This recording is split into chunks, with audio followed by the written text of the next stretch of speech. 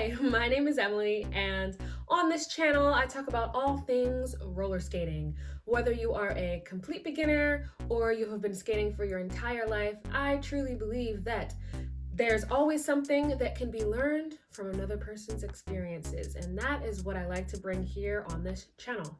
If you have not yet subscribed, go ahead and do that now by clicking on the button right below this video so that you can stay updated on my weekly content. Today I'm going to be breaking down how I do 180 jumps on a half pipe. In order to do this move, you first have to know how to pump on a half pipe and how to do a basic jump on the half pipe. And I have tutorials for both of those things on this channel. I will link them in the description below. Remember, pumping is something that you need to do on a ramp in order to pick up speed and momentum. In order to first learn the 180 jump, there's no need to go super fast or really high up to the coping, but you do need enough speed that can propel your body to do this turn. What you need to do is make sure that you're able to pump high enough so that your body is above the ramp's curve. If you try landing a trick on that curve, you're more likely to lose your balance. So it's much better to place your landing above the transitions curve. To do the 180 jump, there's no need to tuck your knees up really high or to jump like crazy. As long as you pick your feet up from the ramp, it still counts as a jump. Okay, so let's assume now that you're watching this and you know how to pump, you know how to do a basic forward rolling jump. I'm now going to provide you with a detailed step-by-step breakdown so that you can feel more confident before going for it. So let's back it up a couple of steps. You're on the half pipe. Now, before I even think about jumping or moving my feet from the ramp, I'm going to just start pumping and practice eyeing the ramp. So as I roll forward, I'm going to look to my left because I like to 180 over my left shoulder. As I roll forward up the ramp, I'm going to start looking down at the floor. The reason why I do this is because when you do the 180 jump, you want to know exactly, or at least approximately, where you are going to land. If you don't look at the ramp at all, you're likely to miss the ramp and wipe out. So first, just practice pumping and looking at where you want to go. Now keep doing this, but this time do the forward jump without doing a 180 yet. Just do a jump, and as you are jumping into the air, look over your left shoulder or to the right, whichever way you want to jump. For this video, I'm going to be describing how to 180 to the left over your left shoulder. All right, so you're pumping, make sure you're looking down to the left once you're at your highest point. Pump some more, practice jumping and looking down before you even do the 180. You don't need to be staring at the floor the whole entire time, but make sure that you're looking like at least a millisecond before you jump so that you can know where you're gonna land.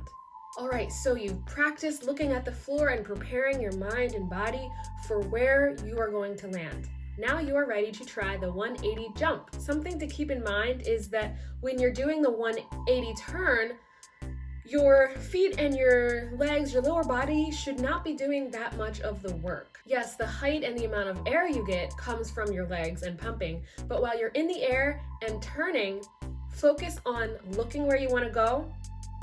Eyes first, shoulders, arms, hips, knees, and then feet. Everything will follow after the other. So really, it's your head and arms that are doing most of the work when you're in the air. As you're rolling forward on the ramp, start with your arms back and then push them forward as you jump up into the air. This is going to boost your momentum. Turn your head in the direction that you want to go, in this case to the left. I think this is the most important part because where your head moves, the rest of your body will follow. You can see here in the footage how I really do use my arms to swing and get that momentum going. As my arms come up, I simultaneously am looking to where I want to go. Head moves first, head and arms, and then shoulders, then hips, then knees, then feet. Your body is going to end up being like a machine. Well, your body is like a machine, right?